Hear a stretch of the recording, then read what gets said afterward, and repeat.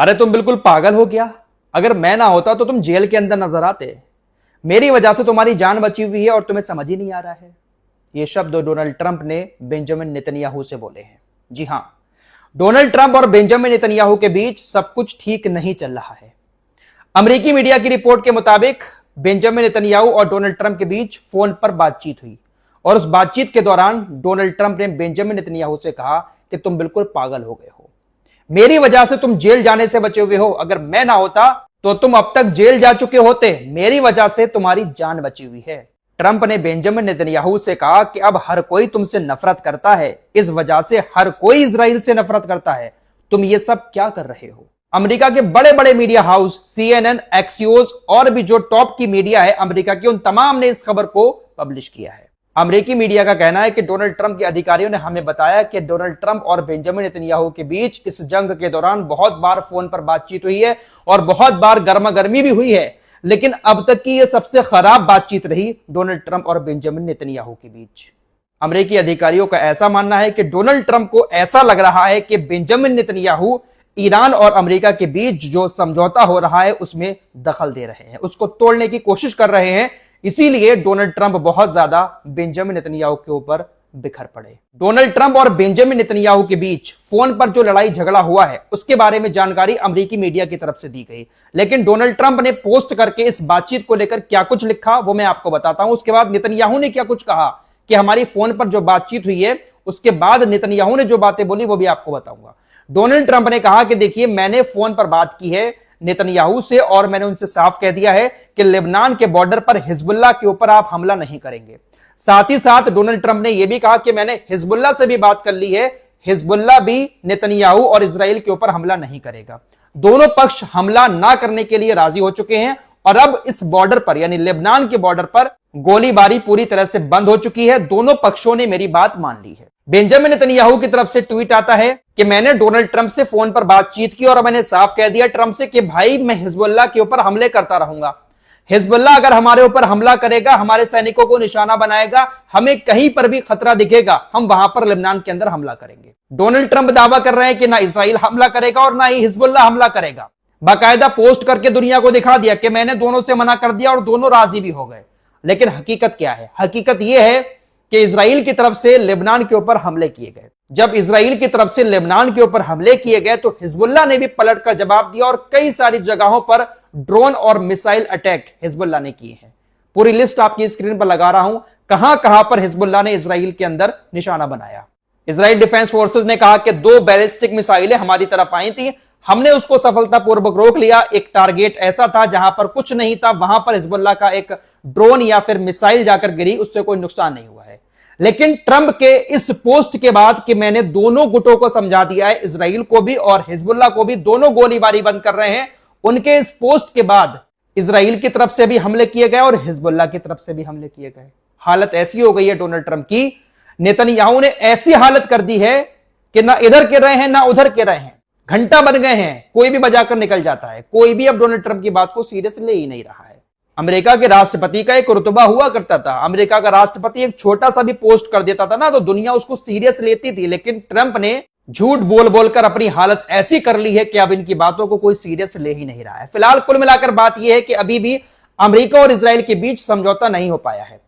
दरअसल Benjamin Netanyahu और Donald Trump के बीच फोन पर यह जो तू मैं हुई है, ट्रंप ने बेंजामिन नेतन्याहू को जो पागल बोला है और कहा कि मैं तुम्हें बचा रहा हूं वरना अब तक जेल चले गए होते, वो इसलिए बोला क्योंकि डोनाल्ड ट्रंप को ऐसा बताया गया कि ईरान के साथ जो समझौता हो रहा है, बेंजामिन नेतन्याहू उस समझौते को खराब करने की कोशिश कर रहे हैं और लेबनान के बॉर्डर पर हमले कर रहे हैं। दरअसल ईरान की सबसे बड़ी शर्त यही है कि लेबनान के बॉर्डर पर भी परमानेंट वाला सीज फायर होगा, इजराइल लेबनान के बॉर्डर पर भी हमले बंद करेगा, तभी ईरान अमेरिका के साथ समझौते पर बातचीत करेगा। एक तरफ डोनाल्ड ट्रंप पूरी कोशिश कर रहे हैं कि समझौता हो जाए। ट्रंप ने कहा कि हां, लेबनान के बॉर्डर पर हमले नहीं होंगे, लेकिन नेतन्याहू लगातार हमले कर रहा है। इन्हीं बातों को लेकर ट्रंप ने कहा कि तुम पागल हो गए हो, हम एक तरफ समझौता करने की कोशिश कर रहे हैं ईरान से और तुम लेबनान के बॉर्डर पर हमले करके ईरान को समझौते से पीछे हटने के लिए मजबूर कर रहे हो।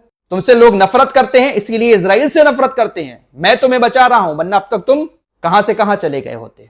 ट्रंप को अब यह बात समझ आ चुकी है कि ईरान को हरा पाना बहुत मुश्किल है। चाहे अमेरिका इजराइल मिलकर एक साथ कितने भी हमले कर दें, ईरान को हरा नहीं पाएंगे। ट्रंप को यह बात समझ आ रही है, लेकिन नेतन्याहू पीछे पीछे इसको उकसा रहा है। ये जो बेन गबीर है, इसने कहा देखिए अब वक्त आ चुका है, बेंजामिन नेतन्याहू से कहा कि अब वक्त आ चुका है कि डोनाल्ड ट्रंप को नो कहा जाए।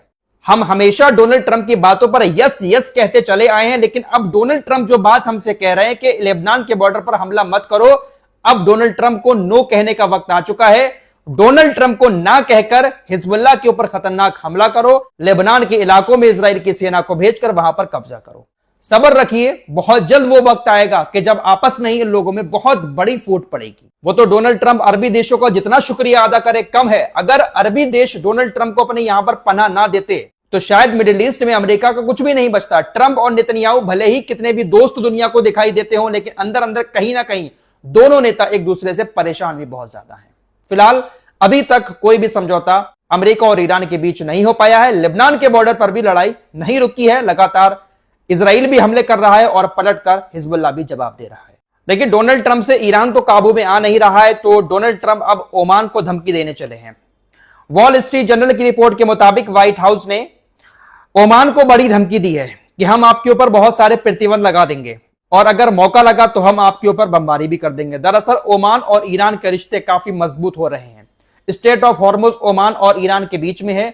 दोनों ने व्यापारिक रिश्ते और ज्यादा मजबूत कर लिए हैं, इसीलिए अमेरिका ओमान से कह रहा है कि वो ईरान से दूर रहे।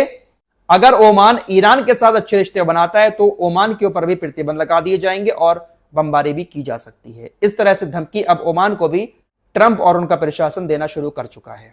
अमेरिका के विदेश मंत्री मार्को रूबियो ने कहा कि ईरान ने सीजफायर की शर्तों को पूरी तरह से लागू नहीं किया, इसीलिए हमने समुद्र में नाकेबंदी कर दी। सीजफायर होने के बाद अगर ईरान स्टेट ऑफ हॉर्मुज को खोल देता तो हम नाकेबंदी नहीं करते। डोनाल्ड ट्रंप ने भी यही कहा कि देखिए, हमने सुना है कि समझौते से ईरान पीछे हट रहा है। अगर वो पीछे हट रहा है तो इसका मतलब ये नहीं है कि हम उनके ऊपर बमबारी शुरू कर दें। हम उनके ऊपर हमले नहीं करेंगे, हालांकि नाकेबंदी जारी रहेगी।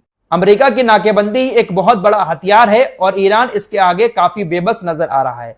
अमेरिका नाकेबंदी को काफी टाइम तक लगा सकता है, ईरान को इससे बहुत ज्यादा परेशानी होगी। डोनाल्ड ट्रंप ने कहा कि हम अब बमबारी नहीं करेंगे, लेकिन नाकेबंदी जारी रहेगी। अमेरिका की नाकेबंदी को भी तकरीबन 1 महीने से ज्यादा का वक्त हो चुका है। अमेरिका की सेना ने जब नाकेबंदी की थी समुद्र में तो बड़ा चढ़ाकर खबरें आ रही थी। डोनाल्ड ट्रंप भी दावा कर रहे थे कि 2-4 दिन के अंदर ही ईरान हार मान लेगा, लेकिन 1 महीने के बाद भी ईरान अभी भी टिका हुआ है। ईरान अभी भी अपना तेल बेच रहा है, चाइना भी तेल जा रहा है और देशों में भी जा रहा है। तो कहां है ये नाकेबंदी?